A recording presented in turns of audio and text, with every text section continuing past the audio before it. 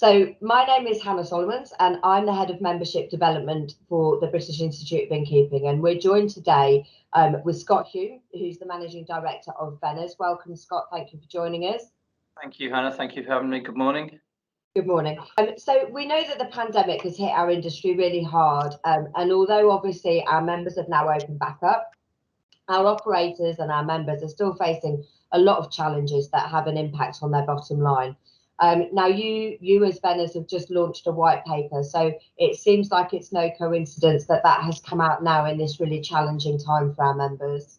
No, that's absolutely correct. No, it isn't a coincidence. We recognise the challenges that the sector is facing and the operators within it, and we wanted to try and help and point them in a direction to ensure that they are operating their businesses as efficiently and profitably as they can be to help with the recovery and to give them the greatest chance of succeeding and coming out of this in a strong position as they possibly can.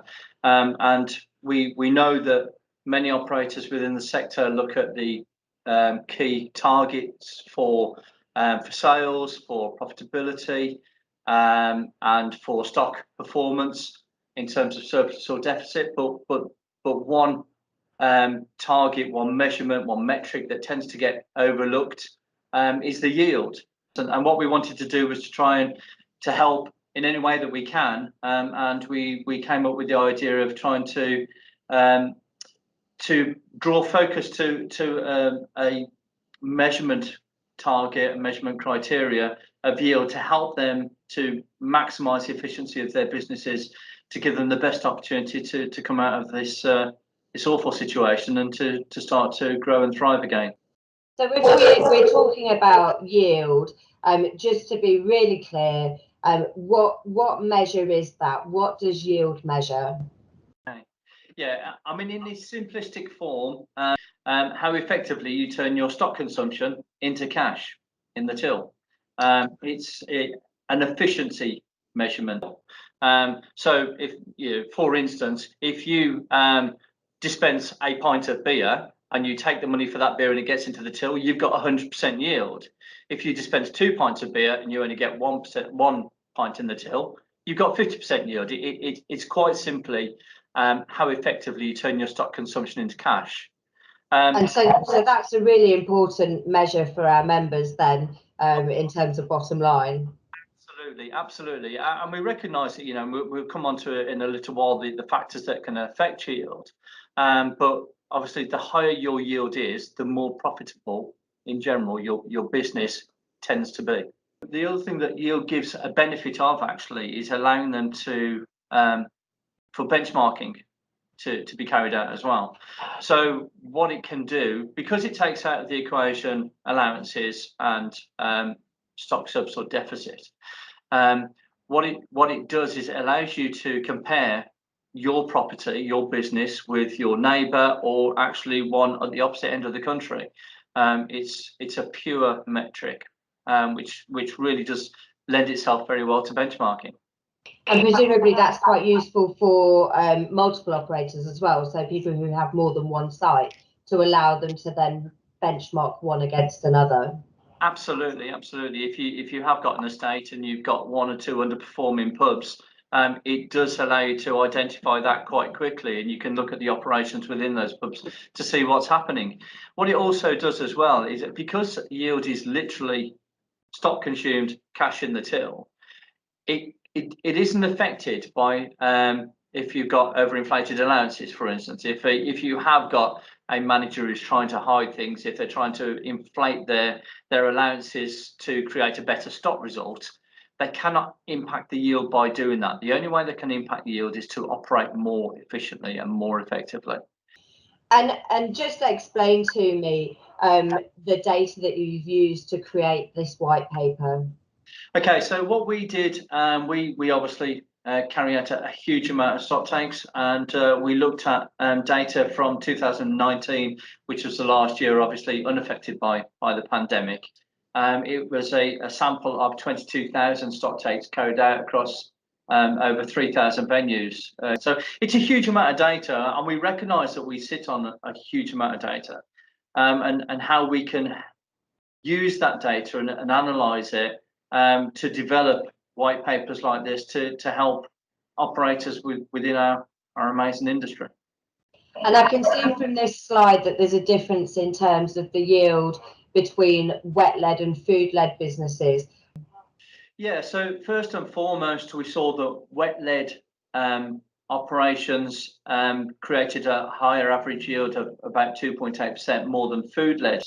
But we also recognised found that it differed by venue type as well. Looking at this next slide, where we look at the average yield per hospitality sector segment, we can see that nightclubs do very well. Pubs and bars are doing well. Much better, as we said, than food-led, where you've got the restaurant, the bar restaurant, large venues such as stadiums, sports and social clubs. And the area that really struggles the most is hotels. Traditionally, it's always been a long-standing problem within hotels that drinks quite often don't get charged for, because they get charged to the bill, to the room, but end up not being paid for. The transaction gets lost in the process somewhere. So it's easier to identify a transaction in a nightclub than it is in a hotel, and I think that does have quite an impact here. So there are many things that will affect the yield in a certain premises, from obviously food or wet-led to the different type of product. When we look at the white paper that you've created, what other findings did you have? So, I mean, what we found is that there is not just variations across outlet type, but also across product groups as well. So we can see there that the top performing category is spirits, where on average 99.16% yield was achieved, whereas the one that really suffers is actually packaged and draft. Now, draft would be overpouring, wastage. Package tends to be, if you go to pubs that offer promotions, it's 3 bottles for £5 or 10 or whatever it may be. That automatically impacts on yield, because you're not dispensing stock at its full selling price. Right. Okay. And presumably there's a perception also, I think, with draft products, that the staff tend to see less value in that product. So they don't see, because they allow a certain amount of wastage and they expect to have a certain amount in the drip tray, they don't see that as the same as perhaps a product that comes in a bottle, or a spirit that they're actively dispensing from the back bar. Do you think that has an impact as well? Oh, definitely. If you can train your staff to dispense draft products with minimalised wastage, then you're automatically going to improve your yield straight away. I mean, as soon as you see any products going into a drip tray and then getting thrown down the drain, they can no longer hit a 100% yield on that product group. And there will always be an element of wastage in pubs, but if you can train your staff to dispense the beer with minimised waste, then you're giving yourself the best possible opportunity to get close to 100% yield and a profitable operation. You'll sometimes see a bottle gets broken in dispensing, and it just, that gets thrown away. But there's just very little thought or focus goes on to actually minimising the amount of beer that goes into a drip tray, and that goes down the sink. It just is chucking money literally down the drain. So if you had 1 or 2 top tips on yield for our members and our operators, what would they be? So it would be ensuring that you dispense drinks without loss, or at least to minimise loss. We recognise there's always going to be a certain amount of loss. There's also other things that can impact on draft in particular, in terms of don't use oversized glasses.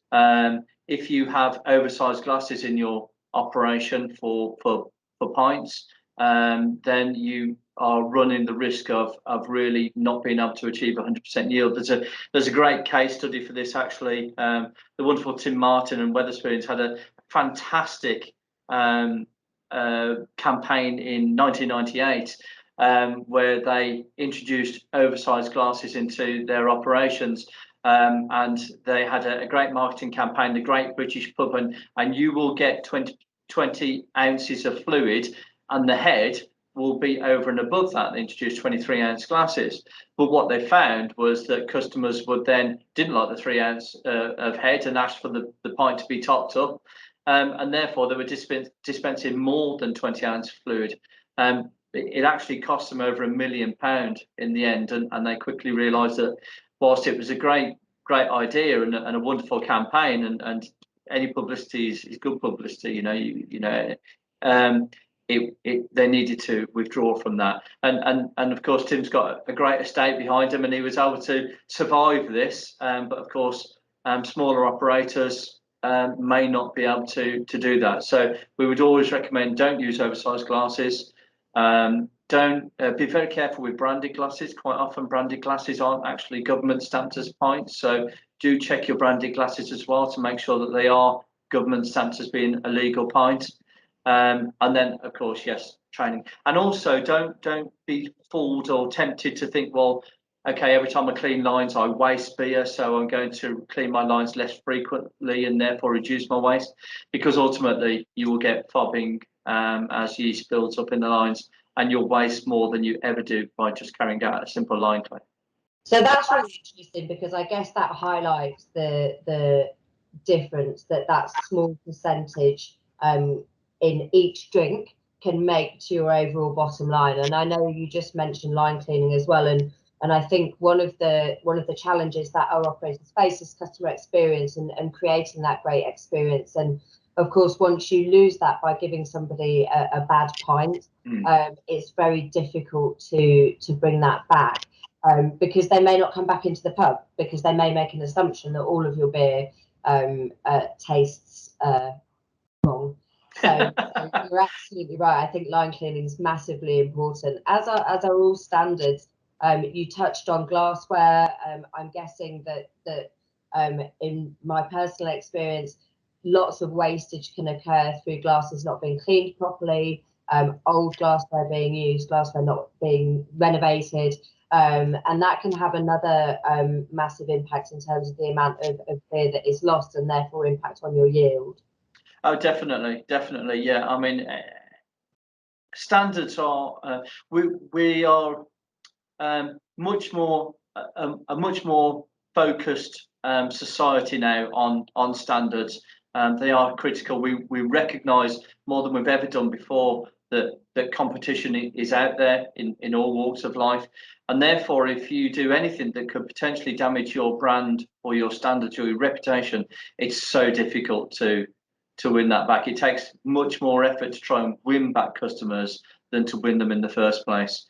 So yeah, do focus on your standards. Do make sure that your cleaning processes are where they should be, and customer satisfaction is key. It absolutely is. Customers have choice, and if you're not quite achieving that delivery of customer satisfaction, then you will suffer. So top tips from you sit around training and awareness around general customer standards, and really being aware of what your yield is. Presumably the only way to understand what your yield is and what you want to achieve is through stock taking. Yes, absolutely. If you don't have a stock take report of in whichever format that you do have it in, you don't know what your yield is, and until you count your stock, you can't tell what your consumption is. And if you haven't got consumption, you haven't got one of the measurements, the key measurements for to calculate your yield. So it is critically important to have stock taking to be able to give you this key management data to drive your business forward. And so from a practical perspective, if you could tell our operators to do one thing to improve their yield, what would that be? Train, definitely train and have stock taking. but train your staff to dispense stock without, or at least minimising loss, and get the message across that as soon as anything, it doesn't actually get delivered to the customer, if it goes in any other way through loss breakage, that is physical cash being lost. It's not just stock being lost, it's cash being lost.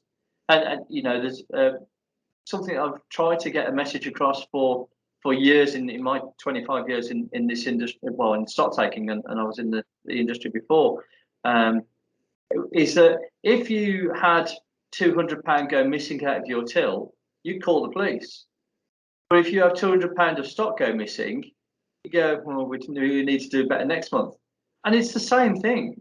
So it's educate around the perception of the value of that product. Absolutely, absolutely. It is about education. It's about training, and really by delivering all that it's as you said a little bit earlier, it's the percentages. So if you can improve by 1%, all these little percents add up, and you will improve your yield. You'll improve your profitability, and ultimately your business will benefit as a direct result. That's been really helpful, and you know, I think probably we don't talk about yield enough, and especially when times are tough. And as we know, costs are rising at the moment. We're moving towards Christmas. It's a really timely reminder to make sure that all of your product that goes across the bar is going into the till. So if somebody wanted to get hold of the white paper that you've produced with all of the detail around those stock results, to allow them to benchmark, where would they get hold of that from, Scott? Yeah, please do head to our website, www.venners.com/yield, and the white paper is held there. You've seen just a few slides. It is a big paper and does give you many more tips and hints on how to improve your yield, how to correctly calculate it, how to focus on it.